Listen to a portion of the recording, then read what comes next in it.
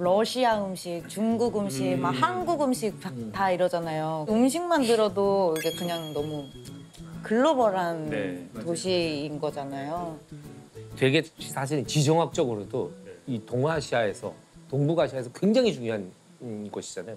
맨날 우리가 서구 열강들에게 둘러싸였다 했는데 대표적인 데가 인천인 것 같아요.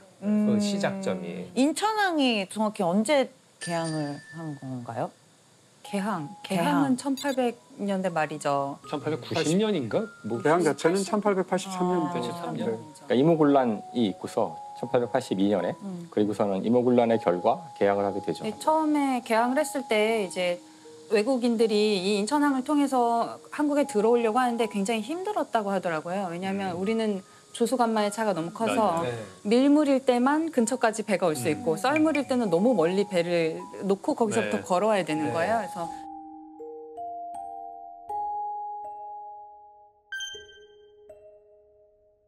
예전 기록들에 보면 물때를 못 맞춰서 제때 못 들어오면 그냥 외항에다가 정박을 하고 내항까지 사람이 걸어서 와, 그 네. 갯벌을. 또 했다고 하더라고요. 사실 그 나라의 수도가 한양인데 네. 한양에서 가장 가까이 있는 그 바다가 항구가 다른 나라로 나가는데 아주 안 좋아. 불리하게 돼 있다는 그러니까 그런 곳을 그러니까, 잡았다는 게 조선시대 그 정조선이 잡은 거잖아요. 처음에 개국할 때 그쵸, 그쵸. 네. 배산 임수해가지고 그 풍수지리를 봐서 잡긴 했지만 이곳이 그 자리가 이렇게 도읍으로서 그냥 자체가 살기 좋은 곳인지는 고려했는데 이렇게 외부와의 어떤 그 소통을 하기에는 최악의 지역이었죠. 어찌 보면 좀 이렇게 우리 역사가 이렇게 밖으로 이렇게 나가서- 나가는 것보다는 그렇죠. 지키는 역사여서 그런 걸 수도 근데 이제 있어요. 우리가 거꾸로 침탈당할 때에도 문제가 되는 거죠. 그러니까 외국인들이 왔는데 네. 한양으로 군대를 보내야 되는데 일단 대부분 다 제물포, 그러니까 인천으로 상륙하거든요. 그러니까 부산으로 갈 수는 없는 게 소백산맥을 넘어야 돼. 그거를 뭐 선 넘고 다시 뭐 서울로. 예, 그러니까 이게 경부선이 놓이기 전까지는 어쨌든 서울에 접근을 해야 되니까 인천이라는 진짜 말도 안 되는 항구가 있지만 거기에 어쨌든 일단 와서 거기서 말을 타든지 뭘 타고 이제 서울로 가야 되는. 그래서 인천이 모든 조약이 여기서 다 이루어지고 그다음에 이후에도 굉장히 중요한 초반에는 굉장히 중요한 지역이 되잖아요.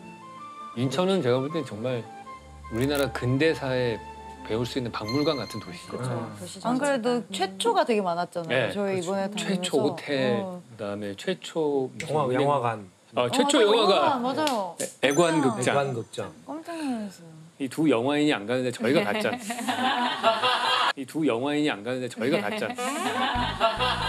너무 대표해서 감사드립니다. 우리 월드스타 제가 모시고서 갔다 왔잖아. 무슨 월드스타예요? 교수님은 알아보시던데요. 저 사진 찍어드릴게요.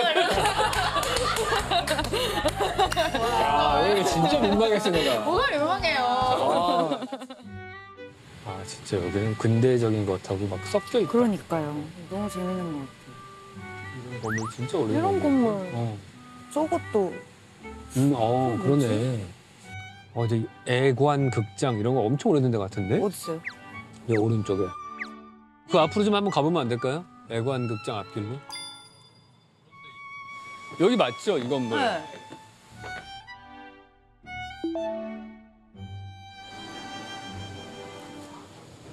실제로 영화도 실제로 상영하네. 해요. 근데 이거 다 그림 그린 건가? 아니야, 아니에요?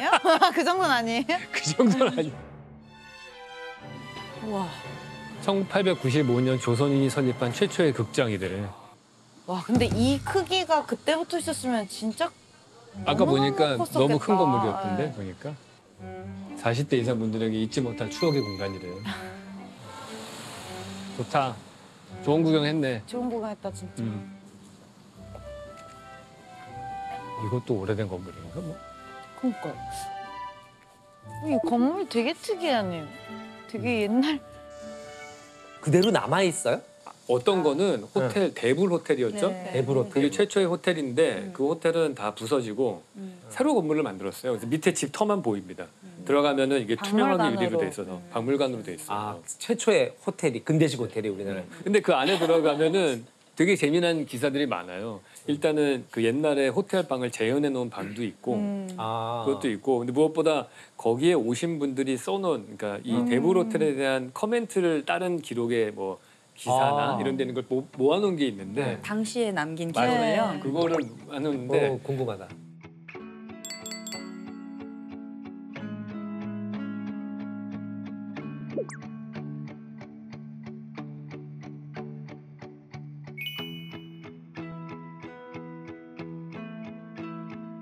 거기서 저한테 기억에 남는 건 그게요. 여기 왔더니 주변에 다 단층짜리밖에 없는데 이 호텔만 2층으로 있어서 2층에 숙박을 했더니 되게 전망이 좋았다. 2층 전망. 거기 뭐 심지어는 그런 기록도 있어요. 겉은 번지르르 하는데 안에 들어갔더니 비가 다 새서 네. 손님들이 뭐 우산을 갖고 있으면 비를 피할 수 있었지만 없으면은 거기 호텔인데. 네, 요리는 너무 맛없었다. 너무 맛없었다. 막 음식은 너무 맛없었다. 이런. 찐 후기네요. 네, 진짜 정말 악성 댓글 같은 일인데 별점 이렇게. 그 당시 기록들 보면 진짜 뭐라고 할까요? 이제 우리 한국 선교사에서 예를 들어서 아펜셀러나 네. 언더우드면 우리나라 감리교회, 장로교회 정말 네. 굉장히 큰 거목들인데 선교의 역사에서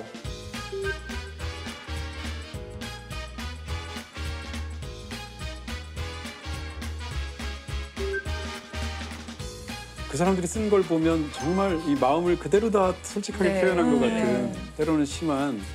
근데 그 사람들이 그 당시에 나이가 25, 27이에요.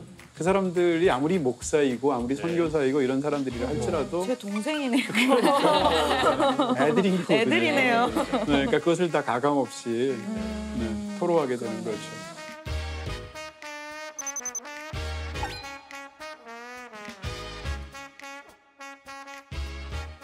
근데 그런 글 보면은 재밌는 것 중에 하나가 첫 인상이 우리나라가 너무 더럽다는 거예요. 그러니까 맞아요, 맞아요. 길에 막 그냥 막 맞아, 오물들이 막 오물들 있고 많고. 뭐 너무너무 지저분하고 더러운데 정말 초현실적으로 사람들이 입고 있는 옷이 하얗다. 맞아요. 아주 하얗게 해서 어떻게 옷은 저렇게 하얗게 유지하면서 이 동네는 이렇게 엉망일까 그게 되게 인상적이라고 하더라고요. 그러네요. 하얀색. 네.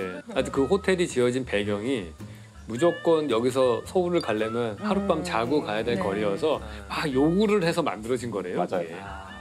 그래서 그게 경인선 나오자 끝나요. 아 맞아요. 그러니까 경인선이 나오기 전까지는 일단 제음포에 오면 하룻밤을 자고 가야 되기 때문에 네. 호텔이 필요했지만 경인선이 뚫리자 그 다음부터는 안 무조건 자고 가. 이렇게 바로 그냥 서울로 가기 때문에 재물포 패스해버리고 제음포 서울로. 패스. 그런 기록들을 보면 우리가 아직 준비가 안 된 상태에서 강제로 개항을 하게 됐다는 걸 너무 느낄 수가 있어요. 우리는 아직 손님을 맞을 그렇죠. 준비조차 돼 있지 않고 네. 손님이 아니라 그냥 인천에서 서울 가는 길도 아직 험한 상태인데 그 상태에서 그냥 갑자기 개방을 하게 되니까 근데 일본은 어땠나요? 일본도 처음에는 강제로 개항을 그렇죠. 했잖아요. 했는데 왜 우리도 강제로 개항을 했고 일본도 강제로 개항했는데 네. 네. 왜 일본은 그렇게 빨리 근대화를 이루고 우리는 왜 그 과정에서 다 또 일본이 운도 좋았어요. 일본이 그러니까 우리는 개항하자마자 이제 우리 개항을 일본한테 당하잖아요. 네. 그 일본이 그 뒤에 우리를 이제 점령하려고 온갖 빠른 속도로 막 그 다음 일들을 진행시켜 가요. 다른 나라도 마찬가지고 일본은 그 미국한테 개항을 당하는데 그리고는 미국이 남북 전쟁이 터져요. 신경을 못 썼구나. 그래서 완전 신경 못 그래서 개항을 시키고서 수탈을 이제 할 수가 수탈을 없어. 뭔가 해야 되는데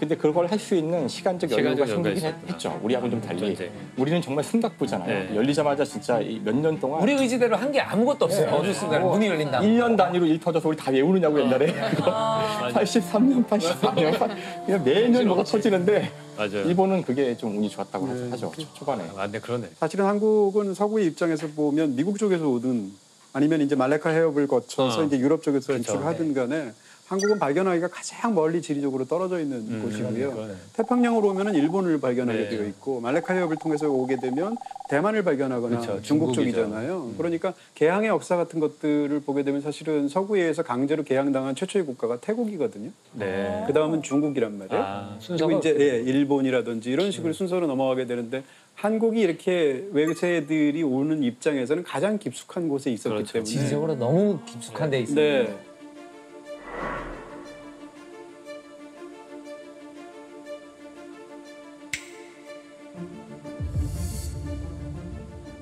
협기열차라는 것은 기본적으로 사람을 운송하는데 불리한 조건이잖아요. 네. 왜냐하면 많이 실을 수도 없고 네. 뭐 등등. 그래서 협기열차는 많은 경우에 이제 산악철도로 이용을 하거나 아니면 이렇게 무슨 주로 이제 석탄을 뭐 운송을 하거나 이런 식으로 하니까 그러면서 수탈을 하는데 집중적으로 협기열도 물자를 유리하게 쓸 나누기 수 있겠죠. 원활한.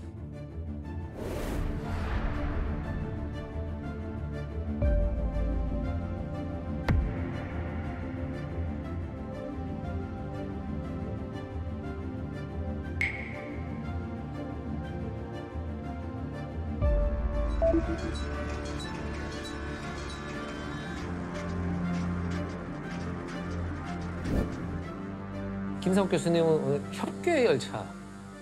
를 보긴 했죠. 네. 협계열차가 뭐예요? 그러니까 말 그대로 협궤, 궤도가 작다는 뜻인데. 아. 근데 일단 말이 열차지 그냥 지하철 전철, 느낌이에요. 예, 그러니까 예. 서로 마주보고 이렇게 앉는데 되게 좁은 전철. 너무 가까워서 좀 이렇게 부담스러울 정도로 마주보는 상황이고.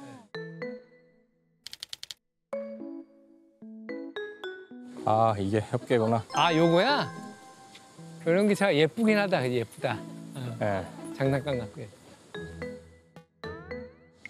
아 원래 내부 개방하는구나.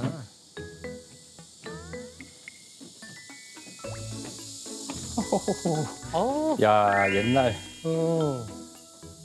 아 너무 귀여운데? 당연히 에어컨은 없었을 거고 이때. 네.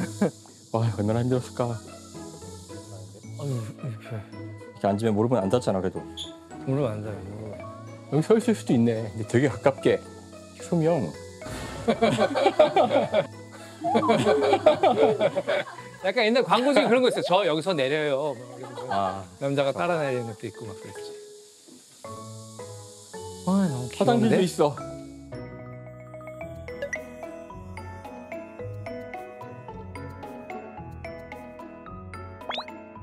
화장실 있어요? 화장실이.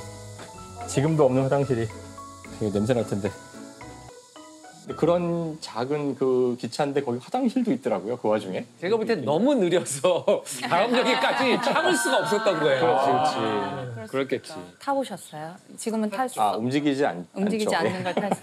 전 타봤어요. 수인선 그래요? 전 타봤어요. 수인선? 네. 제가 살던 동네가 그 역 바로 앞이거든요. 길 건너면 열차 길 건너에 살아서. 그걸 타셨어요? 제가 초등학교 때만 해도 이미 거의 운영이 마지막 할 때였어요. 근데 사람들이 굉장히 많이 타고 다녔어요. 그건 뭐 왜냐면 옛날 뭐 이렇게 TV 문학과 이런 거 보면 암탉 들고 타고 네, 맞아요, 뭐 이런 맞아요. 거잖아요. 네, 협계 열차가. 맞아요. 이 열차가 굉장히 작고 느려서 그냥 사람들이 거기 막 꽉꽉 그냥 타고 이렇게 손잡이 잡고 그냥 막 손 흔들면서 왜 이렇게 전차 같은 사람이 느낌이구나. 밖에 약간 몸이 나와 나와 있는 있고. 상태로 타기도 하고 그러는 열차였어요. 제가 고등학교 때 굉장히 좋아했던 그 한국 작가가 윤우명 작가였는데 윤우명 작가가 협계열차에 관한 집중적으로 소설을 많이 썼어요. 장편도 이제 협계열차라는 작품이 나왔는데 그 협계열차의 상당 부분이 수인선 얘기예요. 근데 저는 그렇죠. 예. 서울에서만 살았지만 수인선을 본 적도 없지만 저는 그 책을 좋아해서 아 수인선을 꼭 타야지 하다가 못 탔거든요. 근데 타신 분을 되게 만나서 로망이시겠다. 그게 완전히 약간 저한테는 어떤 느낌이 있냐면 낭만적인 어떤 그렇죠. 풍경이고 좀 낭만적이죠. 낭만적이에요. 왜냐하면 우리는 이제 보통 그 일반적인 기차를 만약에 한다 하더라도 건너편 사람하고 내가 대화 상대라고는 생각 못 하잖아. 이게 너무 머니까. 근데 수인선 풍경을 보면 소설에서도 그런 묘사가 있기도 하고 실제 사진도 그렇기도 하고 이 두 사람 사이에 한 명이 겨우 서는 정도거든요. 그러니까 이 사람이 만약에 없다고 생각하면 앞 사람을 의식할 수밖에 없는 가까운 거리예요. 네. 그러면 어떻게 했어요? 그렇죠. 그다음부터는 얘기도 대화를 하고. 시작하고 뭐 쪽지를 주. 사실 기차는 그 기술에서도 중요한 것이 과학의 시작은 뉴턴과 뭐 갈릴레오 이렇게 천문학에서 시작되지만 기술의 시작은 기차거든요. 네. 그래서 우리가 지금도 그 기차는 이제 엔진으로 움직이는데 네. 공학을 하는 사람들을 엔지니어라 그래요. 엔지니어. 그러니까 엔진을 다루는 사람이 기술을 하는 사람들이죠. 단학명이 바로 최초로 인간이 이제 뭔가 이 자연으로부터가 아니라 인간이 만든 무엇으로 움직이기 시작하는 그런 새로운 시스템을 만든 건데 그걸 해준 것이 바로 엔진이거든요. 그렇지. 그래서 사실 그 실용적인 그 어떤 기술의 첫 번째 시작점이 기차였고 그게 정말로 세상을 바꿨죠. 그렇죠. 기차는 정말 세상을 바꿨어요. 지금까지도 사실 엔지니어라고 부르는 네. 그걸 이제 제가 높이 평가하는 거죠. 그러니까 엔진을 다루는 사람이 원래 공학자죠.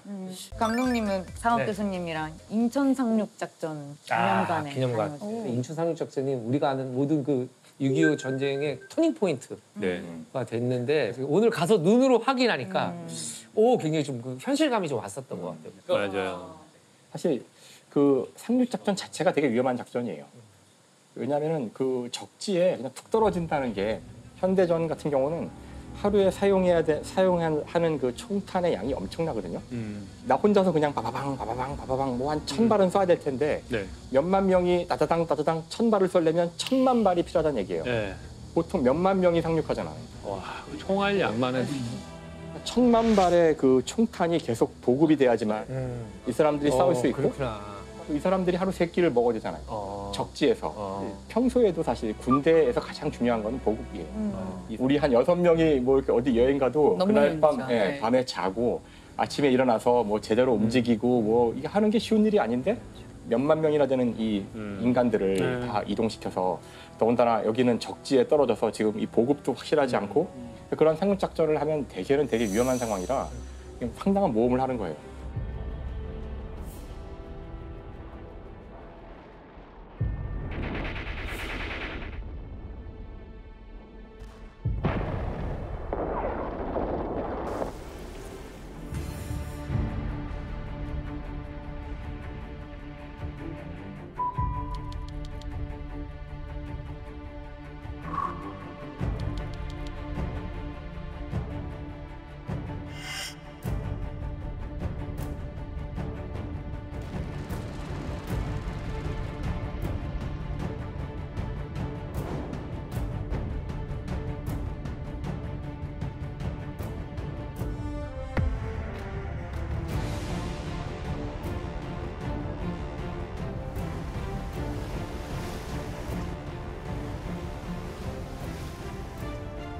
인천을 통해서 서울을 점령하게 되면은 낙동강에 있는 북한군이 더 이상 보급을 받을 수가 네. 없거든요. 무기 같은 것들을. 그래서 그 자체로 그냥 붕괴할 수가 있는 처음에는 인천으로 상륙하는 것들에 대해서 굉장히 반대가 심했다고. 네. 결국은 그 작전이 성공을 해서 우리가 이제 나중에 그렇죠. 북한군이 거기서 괴멸돼 가지고 다 후퇴하게 되지만 처음에는 굉장히 말이 많았다고 하더라고요. 당연히.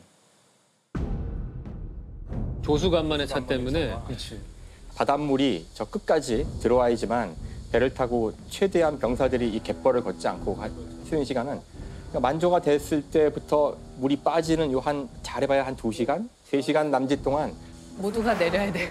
모두가 내려야 돼. 무기를 들고. 그 만조 시기에 못 들어가면은 그렇죠. 썰물 됐을 때 갯벌을 어떻게 가 거기를. 그렇지. 물이 차 있는 데서 병사들이 내리는 거잖아요. 근데 밖에서는 내려기만 해봐라 이러고 총을 쏘고 있는 어떡해, 거잖아. 무서워.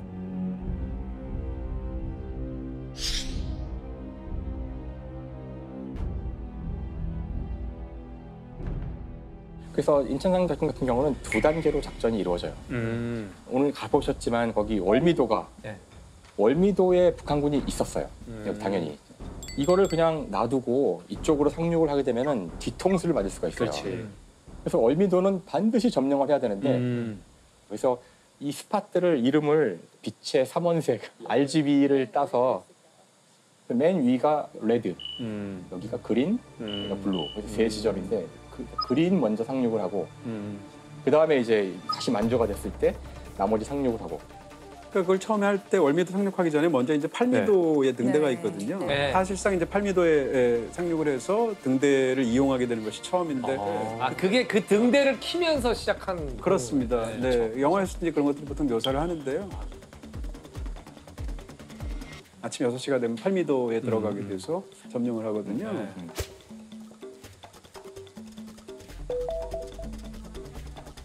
그래서 1단계 작전은 9월 15일에 이제 새벽에 네. 제 일진이 여기 상륙을 해서 점령을 해요. 네. 이 작전의 가장 중요한 지점이 바로 요 월미도를 점령한 병력이 12시간을 버텨야 되는 거예요.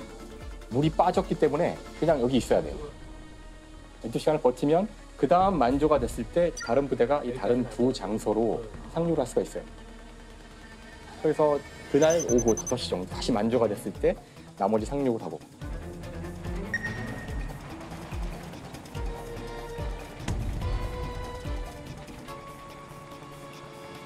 하늘에는 수많은 전투기들이 다 비행기들이 떠 있죠. 이제. 항공모함도 4척이 왔다고 써 있던데 아까? 항공모함 내쳐? 장관이었겠네. 280척인가? 하여튼 쫙 여기 배들이 있고 80척? 280. 280척이요? 큰 거 작은 거 다 합친 거겠죠. 왜냐하면 이런 거는 축차 투입하면 다 죽거든요. 예. 한 번에 한꺼번에 팍 해서 여기를 완전히 방어선을 확보를 하고 뒤에서 들어오는 보급이 원활하도록 하지 못하면은 하루에 사용되는 총알도 그렇죠. 감당할 수가 없을 테니까. 그러니까 12시간 뒤에 다행히도 여기를 다 점령을 해서 곧 시내를 소탕하고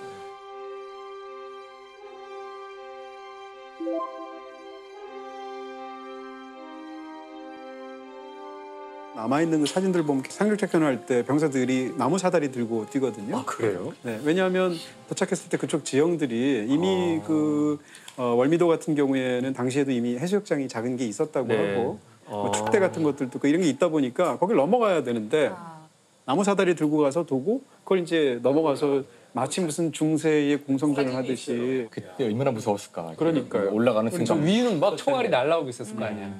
이 상륙작전에서 중요한 무기가 많이 있었지만 가장 중요했던 무기 중에 하나가 바추카포라고 아시죠? 아, 네. 바추카포. 네. 거기 실물 바추카포가 있는데 길이가 엄청나요. 여기서부터 침체에서 거기까지는 아닌데 잔 있는 데 정도까지. 네. 그걸 들고 간다고 생각하면 어깨에다가 메고 한 사람이 쏘는 거죠? 한 사람이 아마 메고 또 한 사람이 뒤에 포탄을 넣어서 쏠 거고요. 이 상륙하는 병력의 가장 큰 문제가 중화기를 갖고 갈 수가 없어요. 그러니까 일단 탱크가 가긴 했지만 충분한 양이 가긴 힘들죠. 갯벌이고 지금 뭐 병력도 날라야 되고 그런 상황이라서 탱크가 나타났을 때 싸우는 유일한 방법은 바로 대전차 바로 포예요. 보병이 갖고 있지만 전차를 부실 수 있는 포거든요.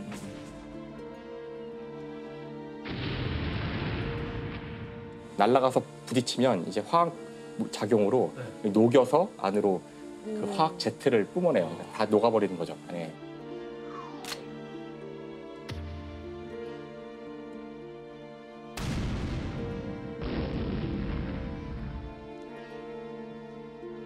그래서 이 바추카포를 쏘면은 당시 북한군이 갖고 있던 소련제 T-34를 부실 수 있어서. 근데 재밌는 게 바추카라는 이름은 사실 공식 이름일 리가 없잖아. 그 궁금했어요. 사람 이름이에요? 이런 게 도대체 어디서 온 이름일까요? 바추카? 이게 참 웃기는 게 바추카라는 게 이게 미국의 코미디언이 길다란 막대기에다가 이제 끝에 이렇게 트럼펫 같이 해놓고 액세서리로 갖고 다니던 거래요. 바추카가? 이 코미디언은 이거 갖고 다니면서 뭐 브르브르브 하면서 이렇게 장난을 치는 그거를 이 사람은 바추카라고 불렀대요. 근데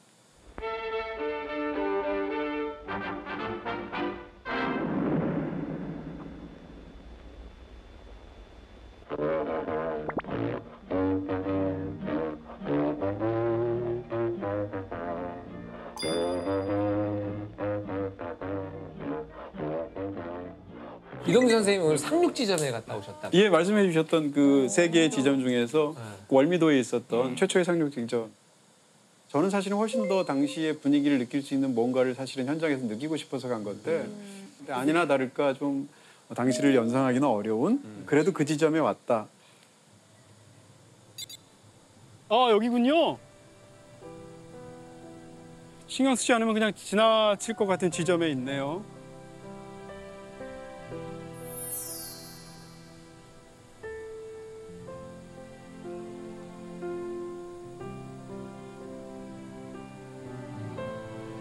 어떠세요? 지금은 뭐 당시의 분위기를 전혀 느낄 수가 없네요. 인천 자체의 뭐 해안선이나 인천의 많은 모습들이 실제로 간척 사업이나 이런 걸 하면서 너무 많이 바뀌어가지고, 네. 그래도 직접 그 현장에 와 보면 생각들이 다르죠. 예를 들어서 앞으로는 인천 상륙작전을 관한 얘기를 보면 어쨌건 이 지점을 제가 와본 걸 떠올리지 않겠어요?